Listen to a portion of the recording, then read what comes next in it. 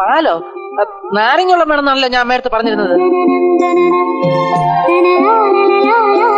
Sorry, ചടങ്ങിന്റെ കാര്യമൊക്കെ ഞാൻ പെട്ടെന്ന് അങ്ങ് മറന്നുപോയി. അതവിടെ വെച്ചേക്ക്.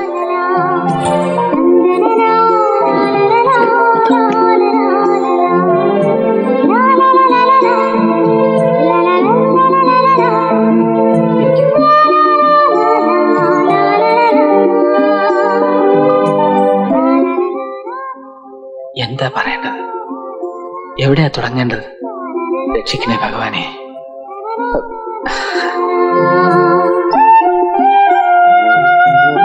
അയ്യോ, ഇപ്പോഴാ ഓർത്തത്. നാരായണൻകുട്ടിയുടെ ചെറുകഥയുണ്ട് റേഡിയോയില്. കേൾക്കണമെന്ന് അവൻ പ്രത്യേകം പറഞ്ഞിരുന്നു. യുവാനിലെ നാരായണൻകുട്ടിയെ ആളും എടുക്കന. വിവാഹ വാർഷികം TS നാരായണൻകുട്ടി എഴുതിയ ചെറുകഥ അദ്ദേഹം തന്നെ വായിക്കുന്നു. നവവധുവിനെയും കാത്ത് ഉണ്ണികൃഷ്ണൻ തന്റെ മുറിയിൽ അക്ഷമനായിരുന്നു. കാണാൻ സുന്ദരനാണെന്ന് ഒരാൾ പോലും പറയാത്ത തനിക്ക് വീണ് കിട്ടിയ സൗഭാഗ്യമാണ് ചന്ദ്രികയെന്ന് അയാൾ മനസ്സിൽ ഓർത്തു. പാലുമായി ചന്ദ്രിക മുറിക്കകത്ത് കയറി വന്നപ്പോൾ ഉണ്ണികൃഷ്ണൻ വിയർക്കാൻ തുടങ്ങി. അവന്റെ വിറയൽ ചന്ദ്രിക ശ്രദ്ധിക്കാതിരുന്നെങ്കിൽ എന്നവൻ ആഗ്രഹിച്ചു. ഉണ്ണികൃഷ്ണന്റെ പരിഭ്രമം കണ്ടപ്പോൾ പൊട്ടിവന്ന ചിരിയടക്കാൻ ചന്ദ്രിക പാടുപെടുകയായിരുന്നു. നെറ്റിയിലെ അല്ലെങ്കിലും ഈ നാരായണൻകുട്ടി ഇത്തിരി ഓർ സ്മാർട്ടാ. ചെറുകഥ അത്ര ചെറുകഥ. ഈ സമയത്ത് പ്രക്ഷേപണം കേട്ടോണ്ടിരിക്കാൻ എനിക്ക് തലയ്ക്ക് വട്ട.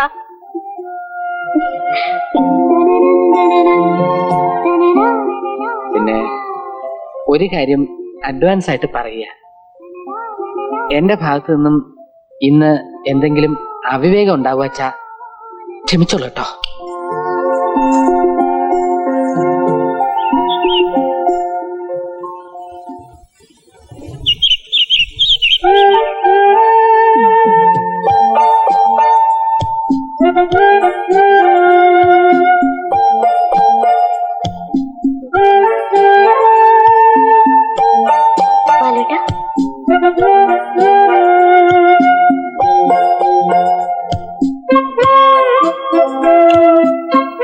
ആകാശവാണി തൃശൂർ. ഇപ്പോൾ സമയം 7 മണി കഴിഞ്ഞ് 5 മിനിറ്റും 36 സെക്കൻഡ്. ഞങ്ങളുടെ അടുത്ത പരിപാടി ആരോഗ്യവേദി. തയ്യാറാക്കി അവതരിപ്പിക്കുന്നത് ഡോക്ടർ KS പത്മനാഭൻ.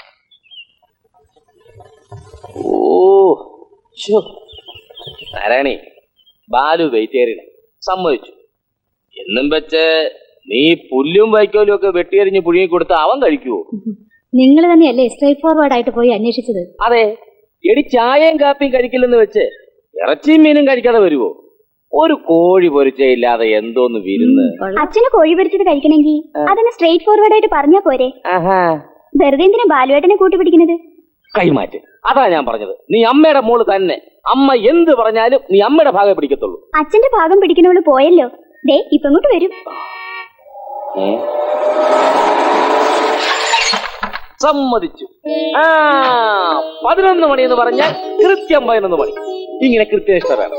അവരെയാണ് എനിക്കിഷ്ടം. കാരണം അവർ സ്റ്റേറ്റ് ഫോർവേഡ് ആയിരിക്കും. യാത്രയൊക്കെ സുഖമായിരുന്നു മക്കളെ. ലീവ് എത്ര ദിവസം കൂടി ഉണ്ട്? അയ്യോ, ലീവില്ല, അതാ പ്രശ്നം. നാളെ തന്നെ ഡ്യൂട്ടിക്ക്. അയ്യോ, വാ മക്കളെ, അകത്തേക്ക് ഇരിക്കാം. അമ്മേ, അമ്മേ, ഇന്ന് വൈകിട്ട് തന്നെ പോണമെന്ന് ബാലോട്ടൻ പറയണത്. അതെങ്ങനെയാ പറ്റുക? കല്യാണം കഴിഞ്ഞാ അതിന്റെ ഒരു ചടങ്ങൊക്കെ ഇല്ലേ? അതിന് ഞങ്ങൾ ഇടയ്ക്കൊക്കെ ഒന്ന് വന്നാ പോരെ? ആഹാ, ഞങ്ങളോ? 2 ദിവസം കൊണ്ട് ആളങ്ങ് മാറിയല്ലോ. പോയപ്പോ എന്തായിരുന്നു ഒരു കരച്ചില്. അവിടെ അമ്മായിമ്മ എങ്ങനെയുണ്ട്? പാവാ, എന്നെ വലിയ ഇഷ്ടം. 2 ദിവസമല്ലേ ആയുള്ളൂ. കണ്ടാൽ അറിഞ്ഞൂടെ? നമ്മുടെ അമ്മയെ പോലെ തന്നെയാ.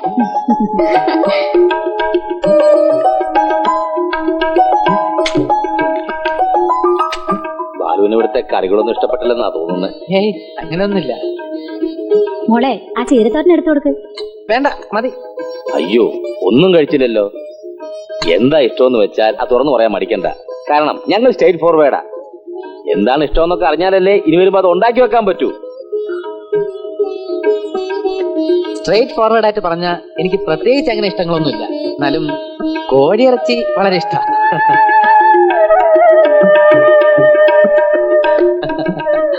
നാരായണി, ഞാൻ അപ്പോഴേ പറഞ്ഞില്ലേ കോഴി പൊരിച്ചത് വേണമെന്ന്. അപ്പൊ ഇവള് പറയാ ബാലു വെജിറ്റേറിയനാ, മീനും ഇറച്ചിയൊന്നും കഴിക്കത്തില്ലെന്ന്. പറഞ്ഞത് ശരിയാ, ഞാൻ വെജിറ്റേറിയനാ, പക്ഷേ വെജിറ്റേറിയൻ വിത്ത് ചിക്കൻ.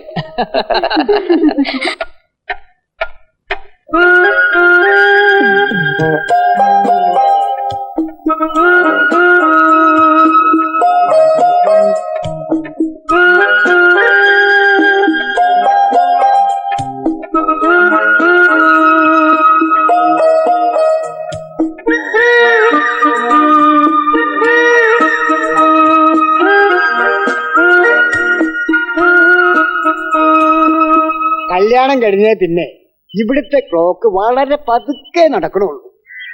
ഈയിടെയായി 1 മണിക്കൂർ ആവണമെങ്കിൽ 60 മിനിറ്റാ കഴിയണം. അല്ലേ ഇന്ദു? അമ്മവ, ഞാൻ വെറുതെ അമ്മാവനിവിടെ ഉണ്ടോ നോക്കാൻ വന്നതാ. അതെ അതെ, ഞാൻ കല്യാണം കഴിച്ചിട്ടില്ലെങ്കിലും ഈ വെപ്രാളം ഞാൻ എത്ര കണ്ടതാ.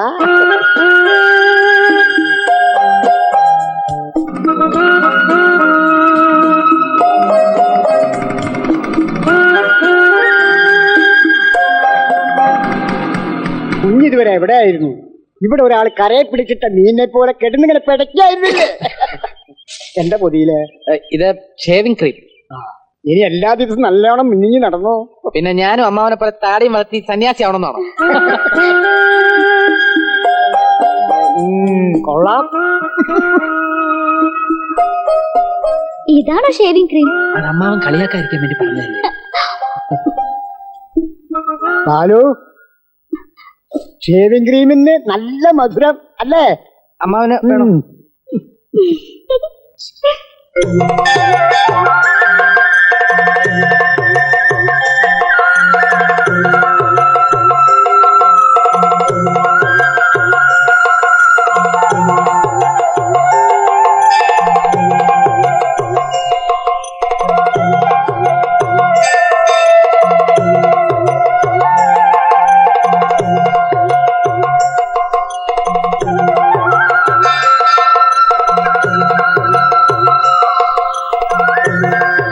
ഹലോ, ആകാശവാണി തൃശ്ശൂർ, തിരുവനന്തപുരം, ആലപ്പുഴ. ഓരോ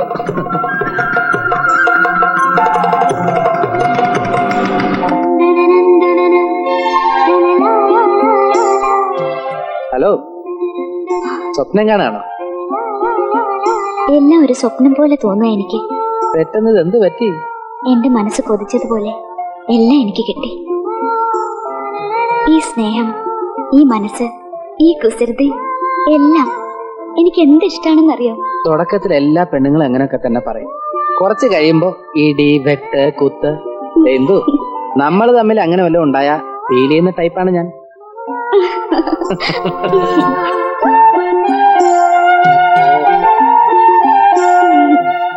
എന്താ ഒരു ചിരി?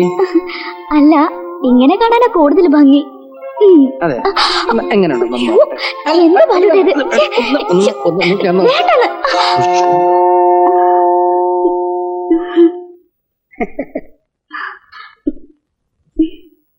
ഷേവ് ചെയ്യായിരുന്നു അല്ലേ?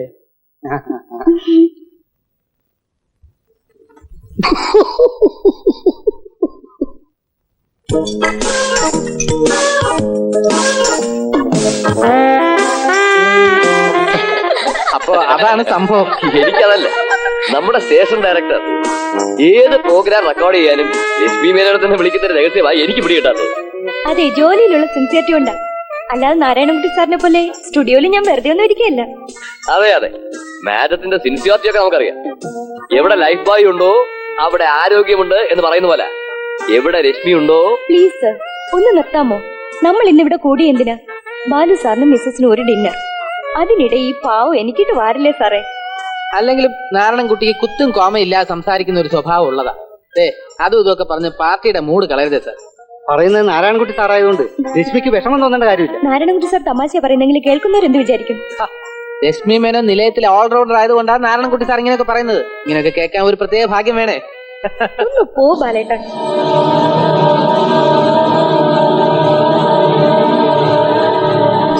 നീ ഇത്രയ്ക്ക് മണ്ടിയായി പോയല്ലോ. ആ പെണ്ണിന്റെ നേച്ചർ ഇങ്ങനെയാ. സ്റ്റേഷൻ ഡയറക്ടറുടെ തലയ്ക്ക് വരെ ഞോണ്ടുന്ന ടൈപ്പ് അവള്. എന്ത് ടൈപ്പായാലും ശരി, ബാലുവേട്ടൻ അവള് പിച്ചതും നുള്ളിയതൊന്നും എനിക്ക് ഇഷ്ടായില്ല.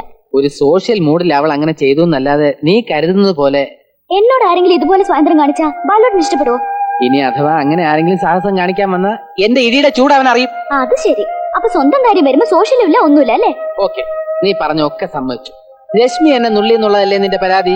കുഴപ്പമില്ല, നാളെ രാവിലെ സ്റ്റേഷനിൽ ചെന്ന ഉടൻ ഞാൻ അവക്കിട്ടൊരു നുള്ള തിരിച്ച് അങ്ങോട്ട് കൊടുത്തേക്കാം. പോരെ? അയ്യടാ,